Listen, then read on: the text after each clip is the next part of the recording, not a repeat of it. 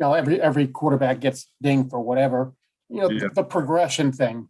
How would you like to address that in terms of the criticism, supposedly, that you have a little issue with that?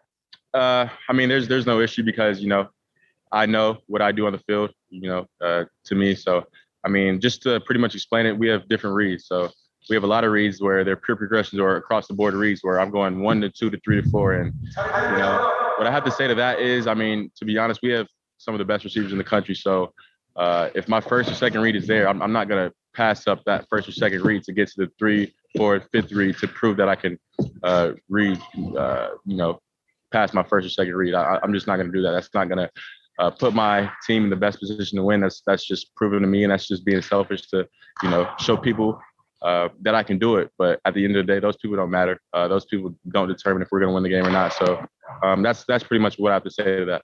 All righty. Well, let's go next to Jason Lloyd, The Athletic.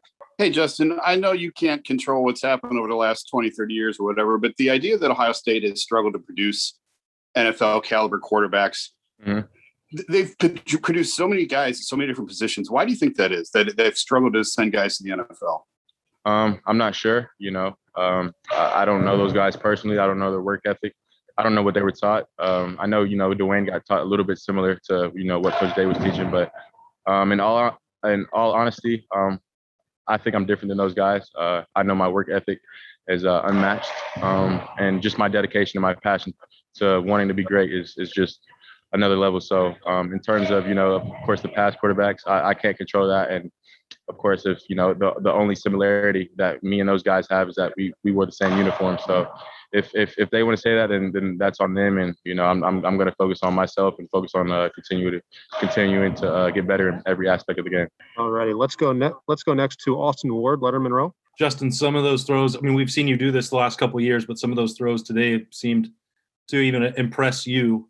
How would you evaluate what you did today? Did you accomplish what you wanted to? Yeah, I think overall I had a solid day. Of course, I think everybody knows my goal on that 40-yard dash was at least to be in the 4.3s. But of course, I'm kind of mad about that. But other than that, I thought I threw pretty well. I thought I just had a few missed throws, but that happens. Every pro day is not gonna be perfect. So, but overall, I thought I had a pretty solid day. Hey, Justin, it's Cam Inman of the San Jose Mercury News.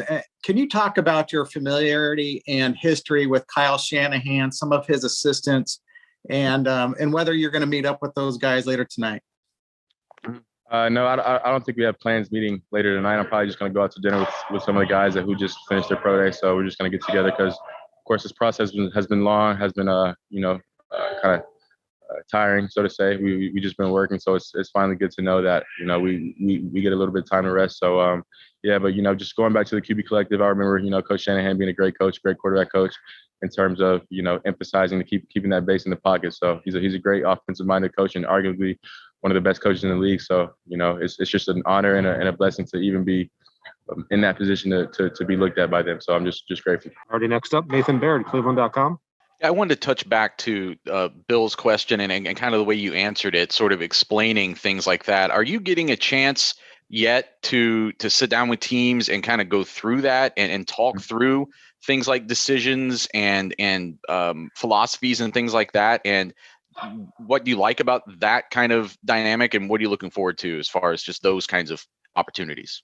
Yeah, so basically the Zoom meetings I've been having with different teams, you sit down with the coaches and they pretty much pull up your game film, or they might pull up a play or two from their playbook and have you recall it back to them. But, basically when they pull up my film, they pretty much have me, tell them the formation, what my reads are on that certain play. So pretty much going through that certain film and going through those particular plays, I explain to them, what I'm thinking on this play, what defense it is, what the read is, and what I'm taught, because, there's many coaches who run the same kind of concepts, but they just teach it differently. So pretty much what they want to know is, what was going on in my head, how was I taught this certain play, and I think it's good, just getting on that Zoom call and being able to explain that to them to pretty much just understand, where my mind was or how I was taught to read a certain concept. Already got time for just a couple more. We'll go to Justin Felder. What's up, Justin? I'm with Fox 5 in Atlanta. I remember talking to you last year at the College Football Awards about how some of the criticism when you left UGA fueled you and how, you did notice it.